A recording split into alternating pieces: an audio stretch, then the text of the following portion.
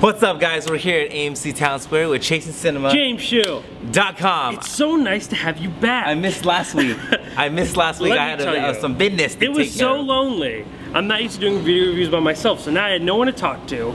I'm over there wandering around by myself. It's just evident that I'm just roaming around. Now you're here, I feel more comfortable. Let's get to reviewing some movies. The Lazarus Effect, Olivia Wilde. Yeah, a horror movie.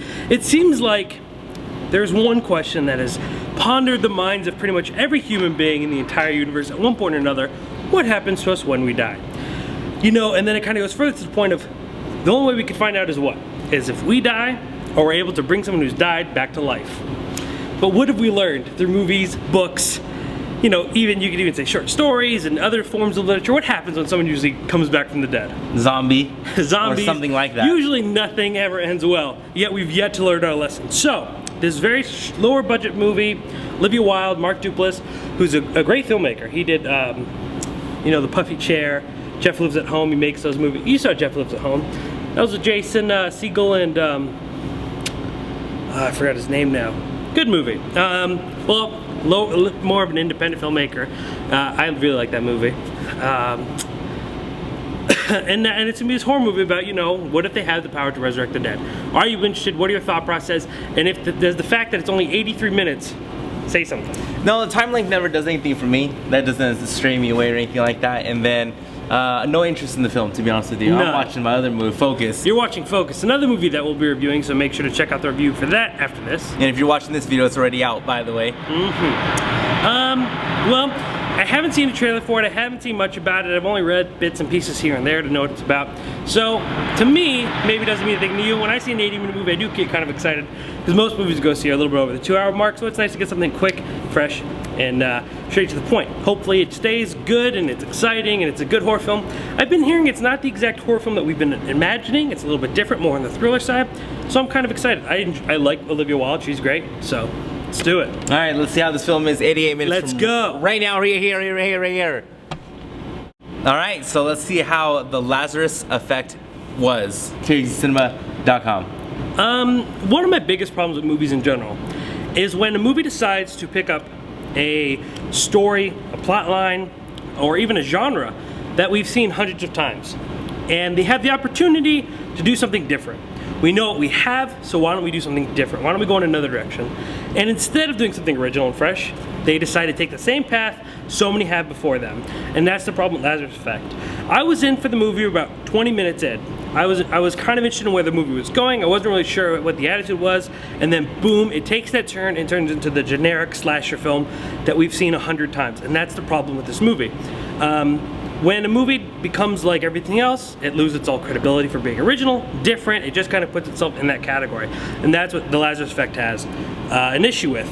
Olivia Wilde, I thought, was really good. Although, like, again, most of the characters are just kind of really transparent, not really connected to everyone. You just know that that's the group of friends that are going to get killed off eventually.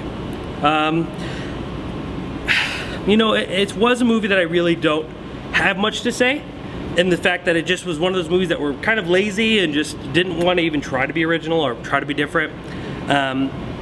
Especially, I mean, I don't know what it is, but there's a huge trend right now, even like for the past 5 or so years, even longer, with possession. Every movie has to do with some sort of girl being possessed, and it's just getting really old and tiresome, and I want something new and fresh. And I just wish filmmakers like this would watch movies from James Wan, like The Conjuring, Insidious, or watch Babadook, a movie that I loved last year. Babadook. And just explore that the idea of horror can go beyond the exorcism type realm. Everyone wants to make another Exorcist, and it's not working, and we need to learn that and move on. There's much more to horror than that.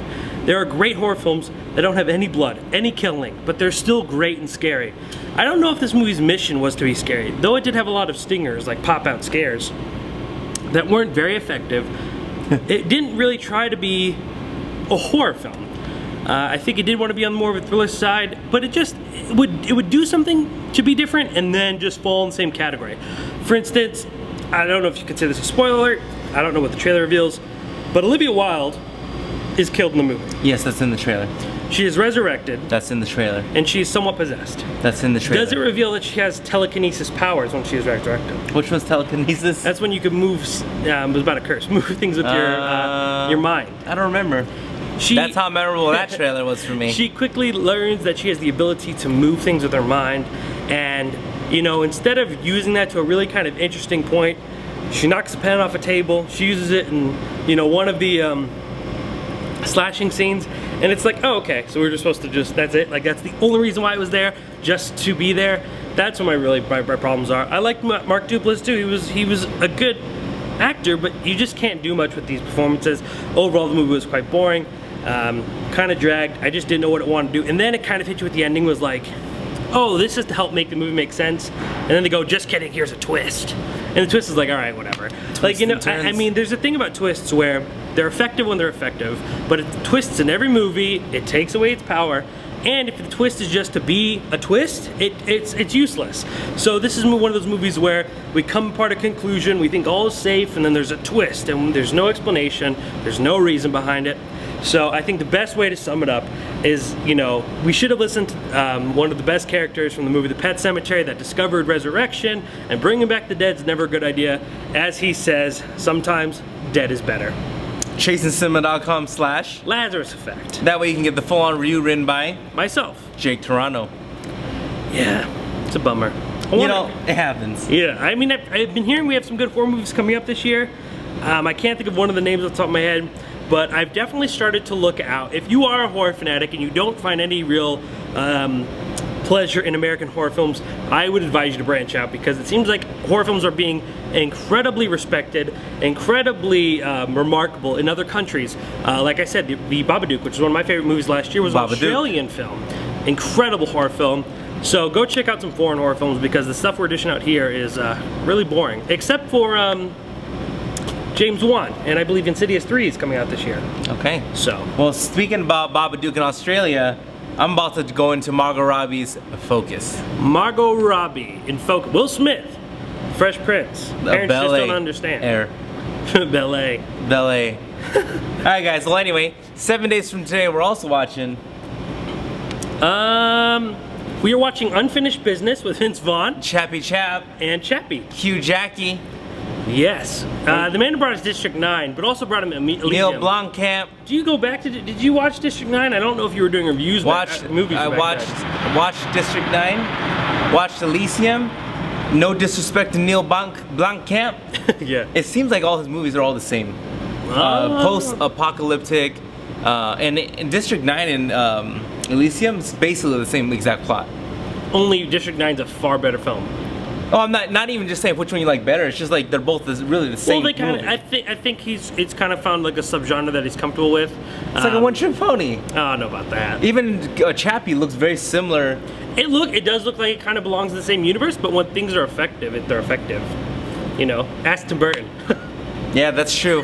But I don't think I'm even gonna watch Chappie. Really? Yeah. You're gonna watch Unfinished Business? Yeah, I think Or are you so. gonna watch the second best exotic Marigold Hotel? Won't be doing the second best exotic Marigold Hotel. Yeah, I think I'll be doing Unfinished Business. Yes, with Vince Vaughn and James Franco's brother, Dave Franco. Yes. Comedy. So it'll be a light week next week, but hopefully Focus was better than this. If you really want to find out, you have to go tune to our other video review that we've just done. Which is already online, by the way.